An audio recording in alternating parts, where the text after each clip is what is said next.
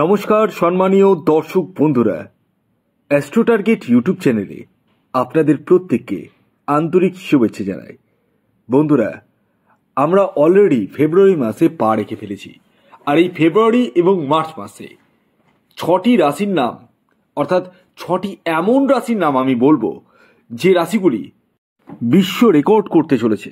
হ্যাঁ বন্ধুরা, তবে তার কিছু টার্মস অ্যান্ড কন্ডিশনও রয়েছে। তাই আপনাদের কাছে আমি অনুরোধ করব ভিডিওটি সম্পূর্ণরূপে শুনুন। যদি সম্পূর্ণরূপে না শুনেন তাহলে কিন্তু শুধু রাশির নাম জানলেই যে বড় কিছু ঘটে যাবে তা কখনোই ভাববেন না। দেখুন, আমরা প্রত্যেকেই চাই জীবনে বড় হতে, জীবনে সফল হতে, পকেটে যেন প্রচুর পয়সা থাকে, মনটা যেন সবসময় ফুরফুরে থাকে, তাই না? আর এটা স্বাভাবিক, কিন্তু বাস্তবটা কিন্তু আলাদা। আমরা অনেকেই বলি যে কেন খারাপ হয়ে গেল আমার জীবনে, কেন আমার জীবনে এরকম হলো। দেখুন, খারাপ জিনিসটা কিন্তু ন্যাচারাল জিনিস, খারাপটা হবে। আনন্যাচারাল জিনিস কি জানেন? ভালোটা। যখন কারো ভালো হয় সেটা কিন্তু আনন্যাচারাল, কিন্তু আমরা সেটা মানি না। আমরা খারাপটাকে আনন্যাচারাল ভাবি আর ভালোটাকে ন্যাচারাল ভাবি। এর বিষয়টা উল্টো। তাই আমি আপনাদেরকে প্রথমেই বলবো, আগে আপনার ব্যক্তিগত জন্মছকটি বিচার করে নিন। কারণ প্রত্যেক মানুষের জীবনে ভিন্ন ভিন্ন সমস্যা রয়েছে। কারো বিবাহ হতে চাইছে না, ভালো পাত্র বা পাত্রী পাচ্ছেন না। কারো ভালো একটা জব অফার আসছে না। কারো ব্যবসা ভালো চলছে না, মন্দা চলছে। আপনার পাশেই একটা সেম দোকান করছে, তার দোকানে প্রচুর ভিড়, আপনার দোকানে নেই, মনটা খারাপ লাগে। কারো আবার লোনে জর্জরিত এমন যে রাত্রে ঘুম উড়ে গেছে, রাত্রে ঘুমোতেই পারছে না। কারো সন্তান নিয়ে সমস্যা, সন্তানের এডুকেশন, সন্তানের হেলথ। দেখুন, সমস্যা যেমন রয়েছে না, সমাধানও রয়েছে। আর জ্যোতিষশাস্ত্র এমন একটা জিনিস যে অসম্ভবকেও সম্ভব করে দেয়। তাই আমি বলবো, আগে ব্যক্তিগত জন্মছকটি বিচার করিয়ে নিন। আমি দেখে নিই আপনার জন্মছকে যে সমস্যাগুলো বলছেন, বা আমি বলবো কিভাবে সমস্যার সমাধান করা যাবে। আর আরেকটি কথা বলি, আমি এই ভিডিওতে যে 6টি রাশির নাম বলবো আপনারা ডায়েরিতে নোট করে নিন, এখনই নোট করুন। আমি যে 6 রাশির নাম বলবো, সেই 6টি রাশির যদি বড় ধরনের কোনো খারাপ দোষ না থাকে, যেমন ভৌম দোষ, যেমন দারিদ্র দোষ,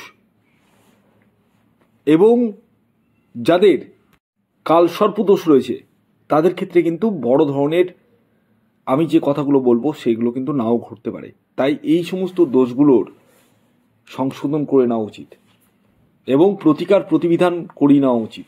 অনেকেই ব্যক্তিগত জন্মছক বিচার করাচ্ছেন, কিন্তু আমার কথা শুনছেন না। আমি যা যা বলি তা আপনাদের ভালোর জন্যই বলি।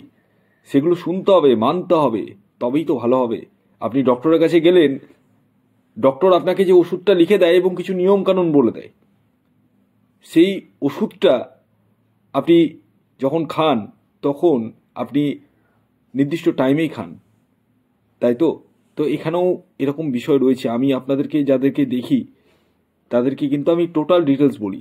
আবার আরেকটি জিনিস বলি, অনেকেই আমাকে বলছেন যে স্যার, আমি তো জন্মছক বিচার করব, কিন্তু যা লাগবে তখন কি ওটা আপনি দিয়ে দিবেন?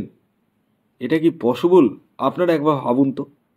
আপনি ডক্টরের কাছে গেলেন, ভিজিট দিলেন, ভিজিট দেওয়ার পরে ওষুধটাও কি দিয়ে দেয় ডক্টর, না কিনতে হয়? সমস্ত জিনিসটা বুঝতে হবে। দেখুন, আমি আপনাদেরকে এখন যে 6টি রাশির নাম বলবো তাদের জীবনে কি কি পরিবর্তন ঘটতে পারে সংক্ষেপে আমি বলছি। প্রথমত, যাদের বিবাহ হচ্ছে না দীর্ঘদিন ধরে, তাদের বিবাহের শুভ যোগাযোগ সৃষ্টি হতে চলেছে এবং আপনারা ডেফিনেটলি বিয়ের পিঁড়িতে বসতে চলেছেন।